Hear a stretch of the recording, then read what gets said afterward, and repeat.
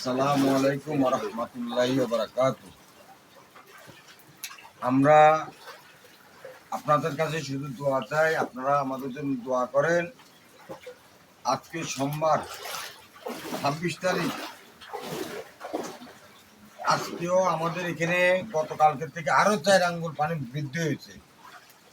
আমাদের এইখানে শুকনো জায়গা বলতে নাই, যেখানে আমরা খিচুড়ি পাক করে সবাইকে বাড়িতে পাঠাতাম, এখন আর ওইখানে আর 1 ফুট জায়গা বাকি রয়েছে। জানি না, হয়তো ওই জায়গাটা পানির তলায় নিমজ্জিত হয়ে যেতে পারে। আপনারা সবাই দোয়া করেন, আমরা যেন সকলের জন্য এই যে খিচুড়ি রান্না করে বা সকালে যে নাস্তাগুলো পাঠাচ্ছি এগুলো যেন আমরা অব্যাহত রাখতে পারি। আল্লাহ যেন আমাদেরকে মানবিক কাজ করার তৌফিক দান করে এবং আল্লাহ যেন আমাদেরকে এই বন্যা নামক এই আযাব থেকে রক্ষা করে।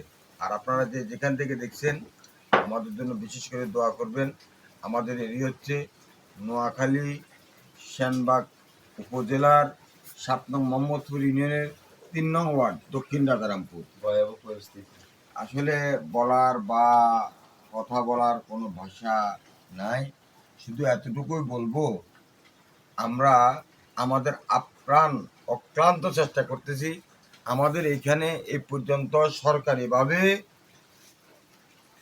এক দানা পরিমাণ কোনো দান অনুদান আসে নাই। আমাদের ইউনিয়ন পরিষদের মাধ্যমে কিছু চাউল এসেছিল, কিন্তু আমাদের ওয়ার্ডের মেম্বার সেই চাউলগুলো আনতে পারে নাই। কিছু দুষ্কৃতিকারী আমাদের চাউলগুলো নিয়ে গেছে। তাহলে এই জায়গার হক, এই 3 নম্বর ওয়ার্ডের মানুষের হক কারা নিছে আমি জানতে চাই। ইউনো মহোদয় কাকে দায়িত্ব দিয়েছেন, ওনার মাধ্যমে যে চাউলগুলো এসেছে 7 নং মোহাম্মদপুর ইউনিয়নে, তা আমাদের 3 নম্বর ওয়ার্ডের চাউলগুলো কোথায় গেছে আমরা জানতে চাই। আমি বাংলাদেশের সর্বোচ্চ পর্যায়ে প্রশাসনের কাছে আবেদন করব যে আমাদের 3 নম্বর ওয়ার্ডের জন্য যেটা বরাদ্দ হয়, কোনো রাজনৈতিক বিবেচনা না রেখে, এখানে দলমত সবাই নির্বিশেষে সবাই বসবাস করে, তাহলে আমাদের বরাদ্দগুলো যেন আমরা পাই, আমরা সেই দাবি জানাচ্ছি। আর আপনারা যারা দেশ বিদেশ থেকে দেখছেন, আসলে আজকে প্রায় 7 দিন আমরা পানিবন্দী অবস্থায় আছি। এই দক্ষিণ রাজারামপুরের মানুষজন সহ সারা বাংলাদেশের আরও অনেক জায়গাতে মানুষ পানিবন্দী আছে। আমাদের এখানে কিছুদিন আগেও পানি কম ছিল, কিন্তু এখন ধীরে ধীরে এমন অবস্থা হচ্ছে যে খুবই ভয়াবহ। এটা বলার কোনো ভাষা আমার কাছে নাই। আমি আপনাদেরকে বলবো আপনারা আমাদের জন্য দোয়া করেন। আর বিশেষ করে আমাদের 3 নম্বর ওয়ার্ডের প্রবাসীরা যারা আমার এই লাইভটি দেখবেন বা যারা এলাকাতে আছেন তারা আমার লাইভটি দেখবেন, তারা এই মহান কাজে, অর্থাৎ আমরা যে খাদ্যগুলো বিতরণ করতেছি, এই মহান কাজে আপনারা অংশগ্রহণ করবেন। কেউ শ্রম দিয়ে, কেউ সাহস দিয়ে, কেউ কর্মের মাধ্যমে সহযোগিতা করে, কেউ চাউল ডাউল শুকনা খাদ্য আমাদেরকে কিনে দিয়ে। আপনারা আমাদেরকে নগদ টাকা দেওয়ার প্রয়োজন নাই, কোনো নগদ টাকা দিন না।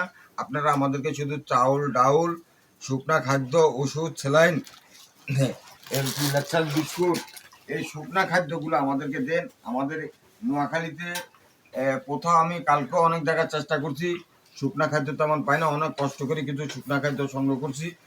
ইনশাল্লাহ প্রতিদিনের মতো আজকে সকালেও আমি পরের পর এসে প্যাকেট করে আমাদের এলাকায় যে বাড়িগুলোতে পাঠানোর দরকার ছিল যারা পায় নাই।